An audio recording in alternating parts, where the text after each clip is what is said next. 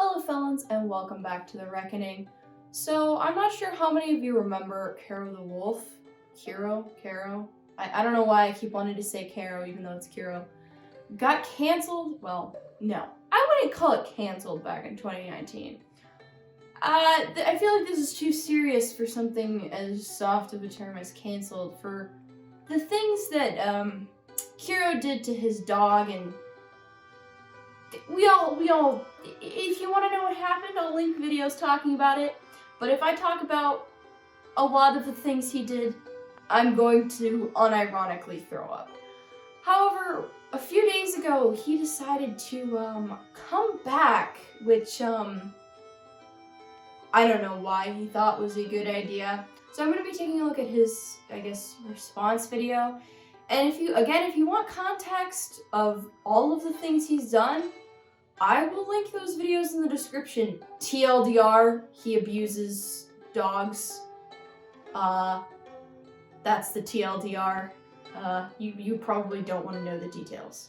Hi guys. A lot has happened in the past 2 years. I want to take a moment and explain why I left YouTube. Gonna take a wild guess and say that it's because you got outed for fucking your dog. Once the leaks started flying around on Twitter, the police got involved right away.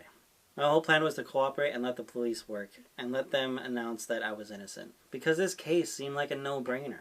I thought the police would interview me, announce that they didn't find anything, proving the accusations wrong. Very interesting that they never did that then, huh?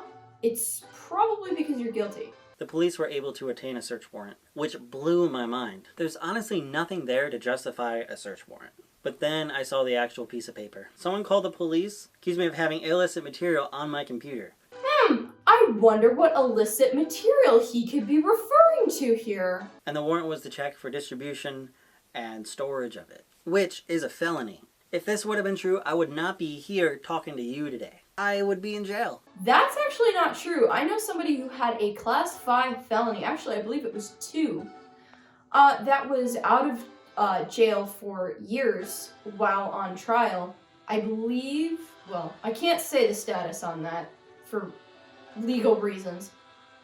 However, bottom line, for years they were out on bail. They could say that they weren't, oh, I'm not in jail, so I'm not guilty, even though there was an ongoing trial and all of that. So just because you're not in jail yet does not mean you're not guilty. You could be bailed out. So I don't really think that says much. The fandom helped me so much. Even if a lot of you dislike me, I can never dislike the fandom. There are a lot of things that need fixing, but this is a place I truly belong, and no one is going to tell me otherwise. You know, I'm not a furry personally, but everybody is telling you that you're not welcome, so I'm not really sure why you think you are. The police took nearly 2 years to look at my possessions. They even sent my devices to the FBI forensics lab.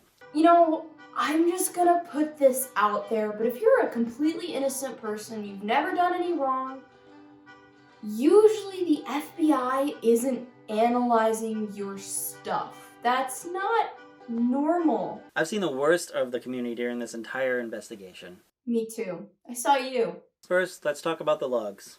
They were posted by a Twitter user in September 2018. They depicted horrific things that were said between a group of people on Telegram.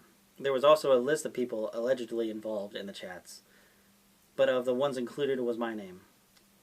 While it is true I have talked to Snake Thing before, I didn't know he was a monster he turned out to be. We were not friends, just some guy I'd been in some furry group, and we talked about feral cartoons. The logs of me are not real. Okay, then why did you admit that they were real? So, I confronted Kero about this and basically told him, look, I know that these logs are real. If you keep denying that, people are eventually going to find out the truth, and this entire thing is going to start all over. And then, Kero agreed with me and told me that yes, the logs are his. But instead of taking it to the police, where it would do actual good, he posted online. If you see a crime happening, or you think there is one happening, you should report it to the police. That's how this country works. We have a judicial system for a reason. But you were just talking about how the police and FBI were investigating you for 2 years. What the fuck are you talking about? They did go to the police. That is what happened. What? Yes, people were arrested during this. Wait, I thought you said people were going online and not to the police? Okay. There was a thing going around about me about the Cothrix interview. I don't even want to call it an interview because that's not really what it was. But, you know, we'll go with that for now. When the controversy first started, he messaged me on Twitter. He said he could help. So we took to Telegram to talk. Right away, he didn't listen to me. Because he thought he knew everything based on the accusing tweets. And kept badgering me on changing my story. Okay. Name one instance where a YouTuber has been in a giant controversy and they've gone and they've been interviewed and it's all been positive about them and that this hasn't happened. Have you ever seen Drama Alert or any, like, interview channel? This is just what happens. You should know better to expect that if you're a YouTuber.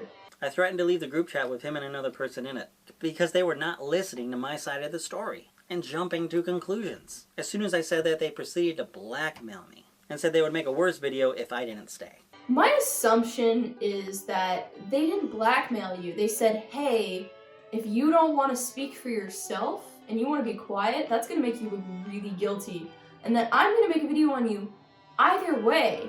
However, you're going to look worse in the video if you don't defend yourself. They're not saying they're going to make you look worse. You're making yourself look worse. That's not blackmail. That's them giving you honest advice. So kind of shame on you for calling honest advice blackmail. He claimed that I said the logs were 100% real. He actually did have those conversations. Those logs weren't completely faked, were they, Kero? And when you tell people those chat logs are fake, what you mean is maybe, sorta, kinda, huh? I didn't say a lot of those things, but I will say a long time ago I was part of this group. It was for people who had had an interest in feral artwork, you know. And this place had safe for work and not safe for work. And I met this guy in there called Nalazar. And at the time, we just chatted back and forth because we had the same interest in artwork. So many people were taking advantage of me for the money and views. That's based. I wish that I did that, so maybe I could afford to buy a bird and I would be less sad.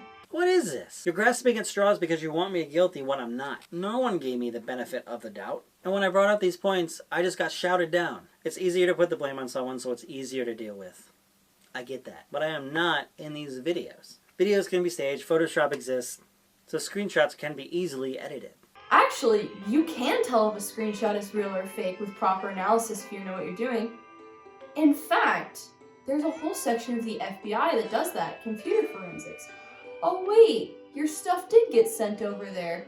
Interesting. Also accept the fact that the police were investigating me for over 2 years. Being investigated for 2 years is not a good sign. That's not normal. That doesn't happen to random people. I don't know why you think that being like, oh yes, I was investigated for 2 years by the FBI for having illicit material, which we can all guess what that means, on my computer, that doesn't happen to normal everyday people who don't involve themselves with that sort of thing. That doesn't make you look any better. I know you keep feeling like it does. It doesn't. Cancel culture destroys lives. I can see how someone would commit suicide over this, or even harming themselves because of all the hate going their way. Alright, let's not compare people literally ending their lives for, false allegations and stuff to you being called out for fucking your dog. In conclusion, you say you want to help your communities so badly, both YouTube and furries. If you really want to make your communities a better place, then you would leave and never come back, and honestly, you would turn yourself in and go to prison, because that would make the world a better and safer place. You're not welcome on YouTube, and I think I speak for the furries, even though I'm not a furry. I don't think the furry fandom welcomes you either. Just leave. Stop. Please just stop fucking dogs and kids, and how hard is it to fuck a consenting adult instead? Just stop, please. Get you on the flip side.